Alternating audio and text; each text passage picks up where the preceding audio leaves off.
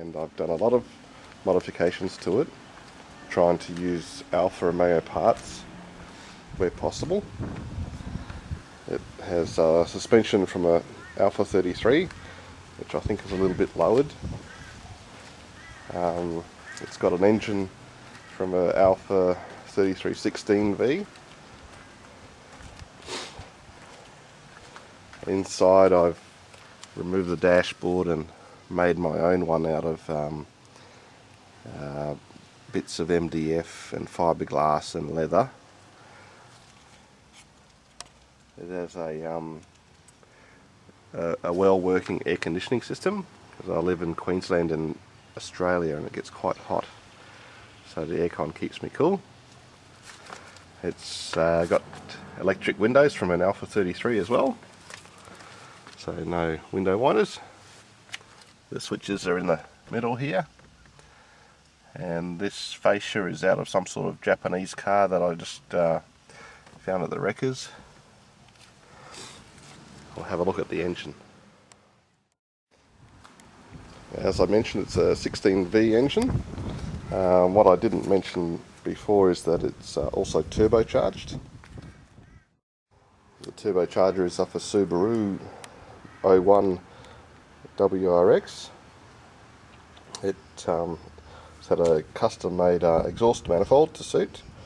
There's no intercooler.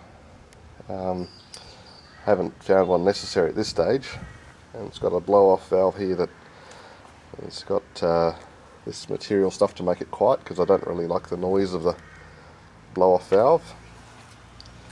I've removed the heater and all that, because it never really gets cold enough to use it here. The air cleaner is in the inner guard. It's probably a bit hard to see here. Let's get down here. Might just be able to see a little bit of it in there. No, not really. Maybe. No, anyway, it's in there. You'll just have to take my word for it. The wheels are 17 inch with 205/40 tyres on it. The engine has a aftermarket engine management system, a Wolf 3D version 4. And I've also added a multiple spark discharge coil, ignition system, sorry, and used a Bosch coil. I've also added power steering.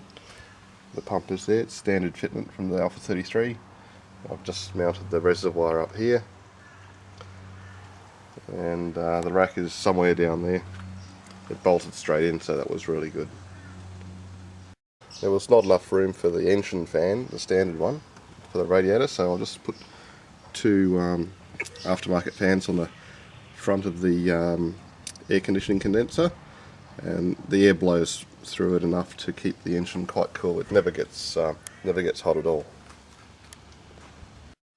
The tacho and speedo are out of an Alfa 156, and I've just made up my own aluminium trim rings and mounted them in the dashboard. It's just an odometer, temperature and fuel gauge.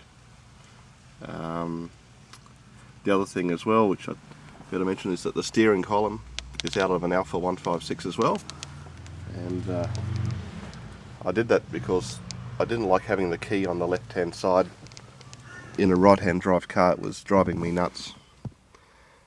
Here's a better look at the dashboard. Got some controls down there, and the center console I made out of timber, and as well had it covered with leather. I've still got to finish a bit off back here. I think the next best thing to do now is to go for a drive and see what it's like.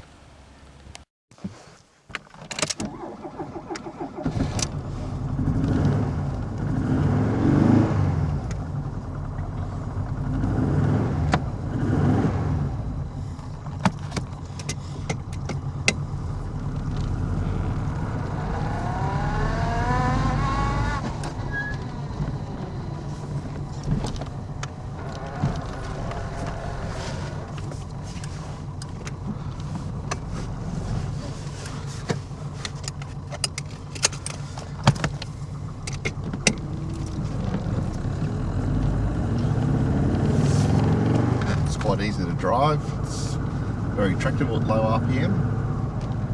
There's plenty of torque because the engine still has static compression of 9.0 to